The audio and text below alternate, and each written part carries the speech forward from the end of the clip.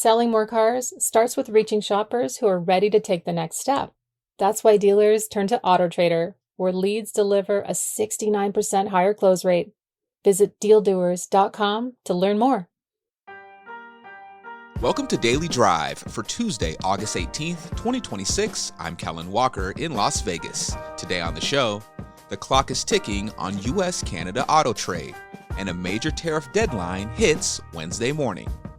Auto tariffs are supposed to be creating manufacturing jobs, but the numbers tell a more complicated story. And McLaren wants to open as many as 10 new U.S. dealerships in the next 2 years. Plus, one company thinks the diesel engine isn't going anywhere. It just needs a different fuel. It really is a compelling combination of operating characteristics, emissions reductions, operating cost savings versus the status quo that really cannot be matched by other technologies.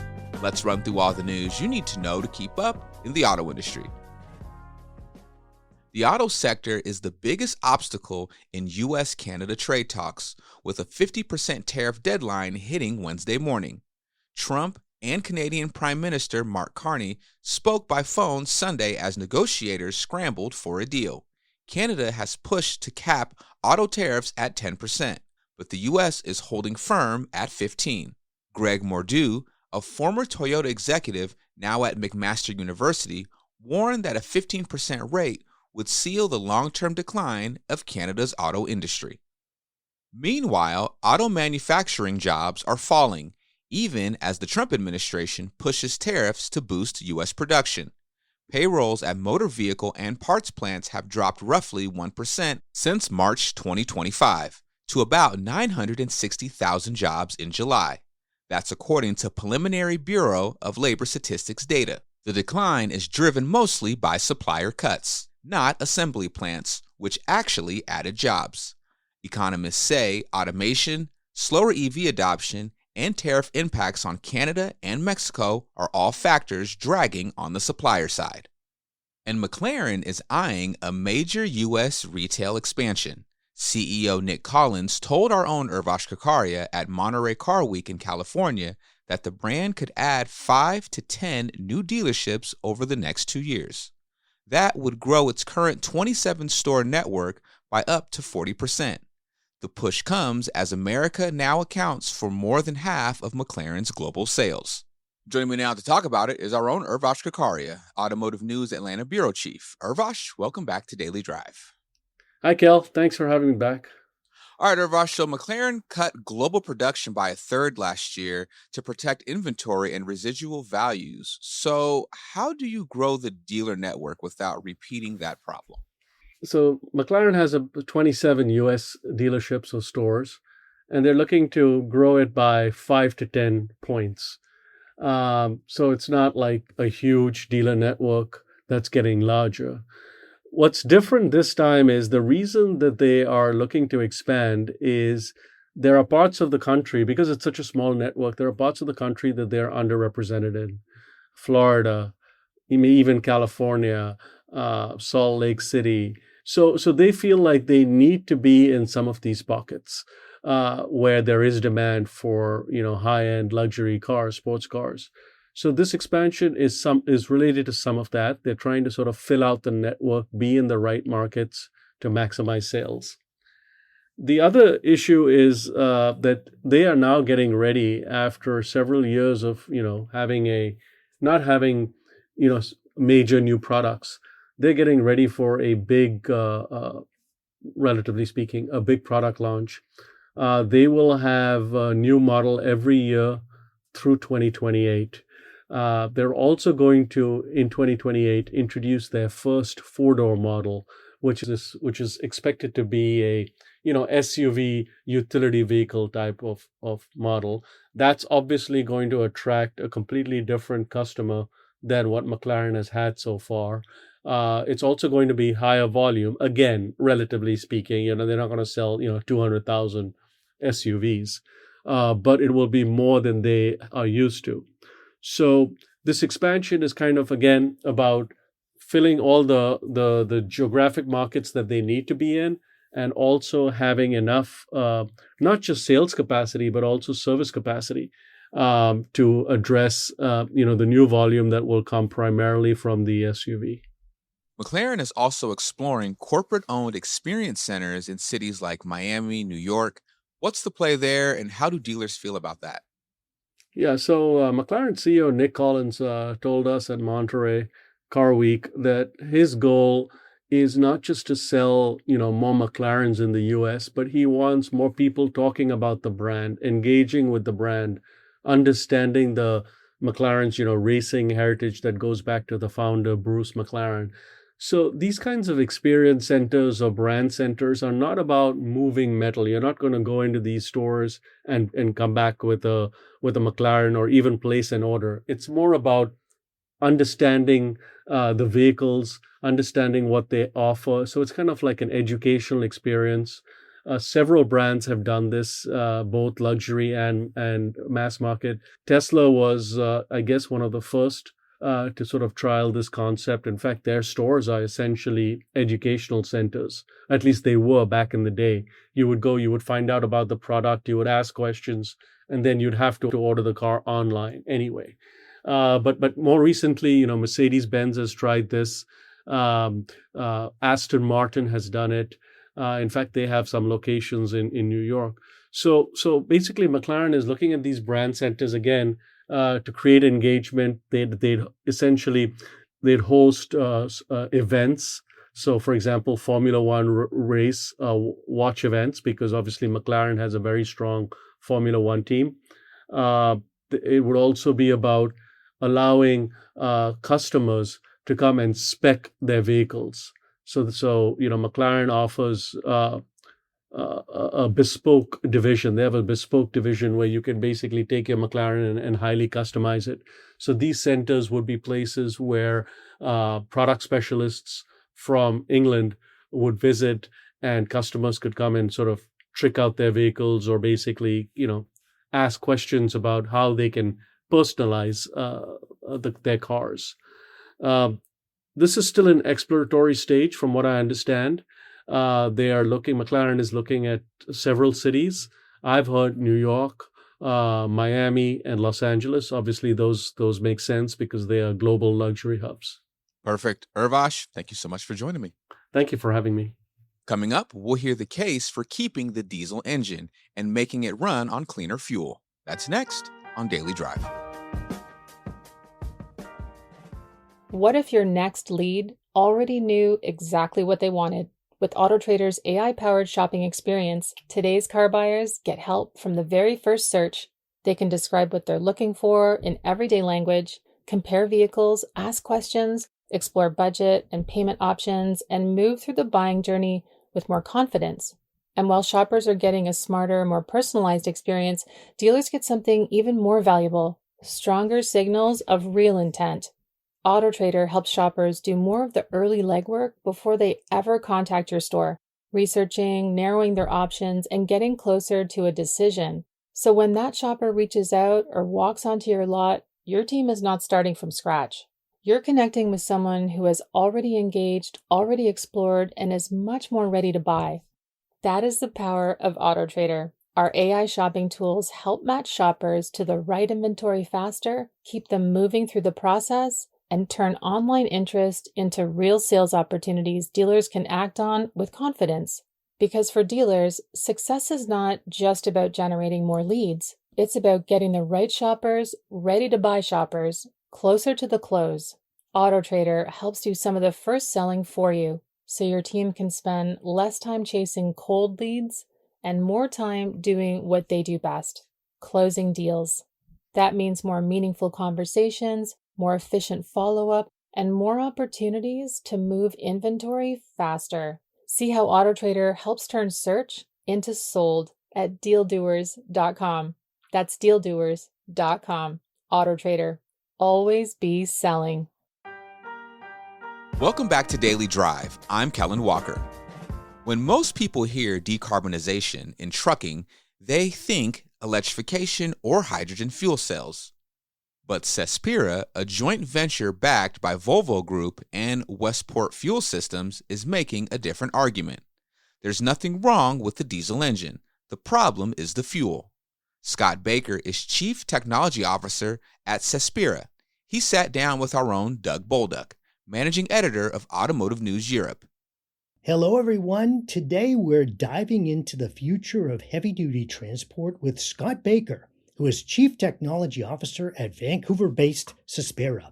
Cespira is a global joint venture backed by Volvo Group and Westport Fuel Systems that believes the traditional internal combustion engine still has a very bright future. That is why they are transforming it, allowing global truck makers to run on zero carbon fuels without sacrificing on performance. Scott, welcome to Daily Drive. So glad you could join us. Thanks, Doug. Happy to be here. Looking forward to the discussion. Fantastic. Scott, when fleet operators in Europe and North America hear about decarbonization, they often assume they have to start from scratch and move to a new powertrain. How does Cespira allow them to cut emissions while keeping the trucks, the power, and the driving experience that they're familiar with? So you're right. That's a bit of a common misconception, and I would say an unfortunate one that frankly puts up some unnecessary obstacles and creates a lot of fear of progress, a lot of barriers to tangible, practical, cost-effective progress. Because a lot of people do assume that they associate decarbonization with a fundamental step change to new, in many cases unproven, and in many cases unfamiliar, risky, perceived to be risky technologies. To maybe give a bit of an overview about the high pressure direct injection, or HPDI, technology and product line that Cespira produces, and it has been in production with for a number of years now. It's based on diesel cycle combustion using existing diesel engine technology, but changing the fuel. So there's nothing wrong with the diesel engine or with diesel cycle compression ignition combustion.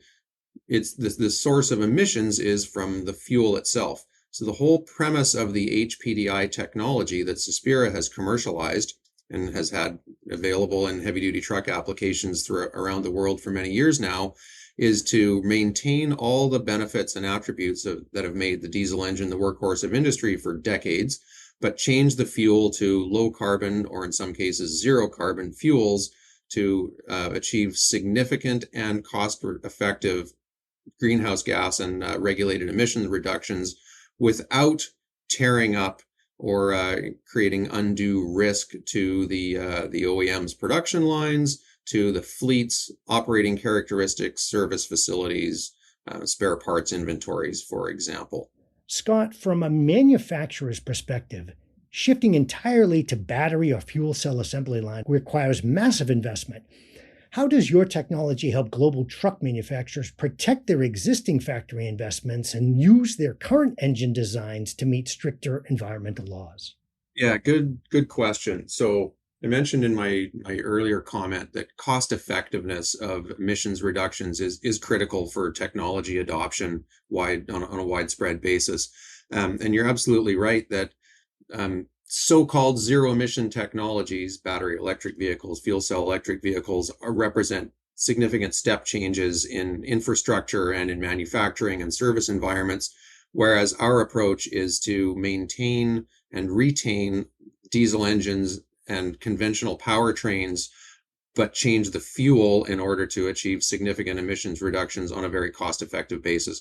What that means is that we're not changing the diesel engine. In fact, we're retaining the diesel engine and all of the well-proven advantages that it brings: power, torque, fuel efficiency, reliability, durability, engine braking, which means that the OEMs and their dealerships, as well as the fleet service facilities, can continue to retain and build upon the very well-established infrastructure and facilities that they have, and all of the upstream supply chain associated with that. There's billions and billions and billions of dollars of historical investment there that does not need to be abandoned. In fact, can be leveraged while still achieving significant cost-effective emissions reductions for fleets. Scott, Cespira recently made headlines by signing a major development agreement with Volvo Group to bring hydrogen-powered internal combustion engines to market. Volvo is already testing these on the road right now. Realistically, when can fleet buyers in Europe and North America expect to actually buy and deploy these hydrogen trucks? Yeah, so the we recently announced a development program with Volvo Trucks, our main customer, to migrate the existing natural gas HPDI powertrain technology to use with hydrogen. As stated in the press release, Volvo has been quite public about putting field trial trucks with this technology in the market in the near term, with an aim to commercialization towards the end of the decade. That commercial availability schedule is dictated by the OEM, Volvo in this case, not by Cespira, but it is a matter of public record that Volvo is aiming for commercialization, commercial availability of hydrogen-powered heavy-duty trucks using HPDI technology before the end of this decade. This announcement really highlights what we see as one of the key benefits to OEMs of the HPDI technology, is that although well established for use with natural gas today, it is readily adaptable to a wide range of low carbon and zero carbon fuels, including hydrogen. And we see evidence of that in the form of this agreement, this investment by the Volvo Group to adapt their product line for hydrogen using the HPDI technology. And the biggest roadblock, it seems, for any alternative fuel truck is where to fill it. How do you see the rollout of fueling infrastructure playing out over the next few years in Europe and North America? Yeah, good question. And that's another factor that is often misperceived or misconstrued as a barrier or an obstacle, when in many cases, particularly for heavy duty applications, which are fundamentally different from light duty passenger cars, we've really not seen infrastructure availability become a significant impediment. And maybe to elaborate on that distinction I was making between heavy duty and light duty, for light duty, of course, people own individual vehicles, and if you can't access fuel or recharging, then that vehicle is not of much use to you. The same thing applies for heavy duty, but the difference, of course, being that fleets own multiple vehicles. What we've seen in many cases is that if a fleet makes a commitment to purchase a significant number of vehicles, a fuel station provider will, in many cases, build a fueling station at or near a key operating location for that fleet, which then in many cases is an outside the fence fueling station, which can be public access for other fleets to then get started.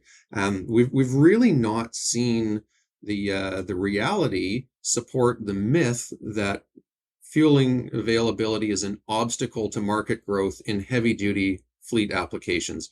And for LNG specifically in Europe, we're seeing the refueling infrastructure advancing and developing year over year consistently, to the point where it's rarely an obstacle for a fleet to adopt LNG HPDI trucks because they don't have access to fuel. That problem really has been addressed and is improving every day in Europe specifically. Now, a lot of industry analysts talk about a winner take all future where battery electric trucks completely take over long haul shipping. Do you see alternative fuels as just a temporary bridge for the next few years, or are they a permanent fixture of the global trucking industry well into the 2030s? We have a very strong opinion on this one, and it is very much that alternative fuels are not a bridge, certainly not a short-term bridge, particularly for truly difficult to decarbonize applications like heavy-duty long-haul trucking. Absolutely, there will be a viable market business case in certain applications for other technologies like batteries and fuel cells. True heavy-duty long-haul, there will be some significant real roadblocks and barriers to widespread market adoption in terms of uptime, refueling and recharging, logistics, energy sources, energy production and distribution in the case of electricity, which is readily addressable with internal combustion using LNG. This is also where I think it's key to reference renewable natural gas, in Europe referred to as biogas, in North America more commonly referred to as RNG or renewable natural gas, where when taking a big picture or full fuel cycle, well to wheels view, if you will, natural gas from renewable sources, and by renewable sources, I'm referring to things like landfills, biodigesters, sewage treatment plants, animal feedstocks or feedlots, places where waste naturally degrades and releases methane into the atmosphere. By capturing that gas, which is done on a widespread basis globally, and using that as a transportation fuel, there are very, very significant and cost-effective CO2 and greenhouse gas reductions associated with that. So for that reason alone, in combination with the fact that HPDI retains all of the well-established benefits of a diesel engine, mentioned them before, but I'll reiterate them: power, torque, fuel efficiency, reliability, durability, engine braking, all of which are fundamental to the economics of a long-haul heavy-duty fleet. You combine that with the very compelling full fuel cycle or well-to-wheel emissions reductions offered by renewable natural gas, it really is a compelling combination of operating characteristics, emissions reductions, operating cost savings versus the status quo that really cannot be matched by other technologies. So for those reasons, we see HPDI, combustion of low carbon fuels, renewable fuels in particular, as very much a long-term strategy for cost-effective decarbonization in the most difficult to abate sectors, including heavy-duty long-haul trucking. Fantastic. Well, it sounds like you will not be getting bored anytime soon as we continue to go into the future. Scott Baker, CTO from Cespira, thanks so much for joining us today. My pleasure. Thanks, Doug. Scott Baker, Chief Technology Officer at Cespira, spoke with our own Doug Bolduc. That's Daily Drive for today. I'm Kellen Walker. Thanks to Automotive News Executive Producer Jake Neer, as well as our own Molly Boygon and Urvash Kakaria for their reporting for today's podcast. You can get the latest news on U.S. Canada trade talks, McLaren's U.S. expansion, and everything happening in the auto industry at autonews.com. Come back tomorrow for a conversation with Bob Lee, North American President of LG Energy Solution, on how the EV slowdown forced a major strategic pivot, and why he says the U.S. still can't afford any more policy whiplash on clean energy. As you look out 10 years, that picture becomes a little bit grayer. We have to continue to win business and be competitive. We'd love to hear from you. Let us know what you think of the show and the topics we covered today. Send us an email at dailydrive@autonews.com or leave us a voicemail at 313-444-2774. And if you enjoy the podcast, remember to like, leave a review, and subscribe so you never miss an episode.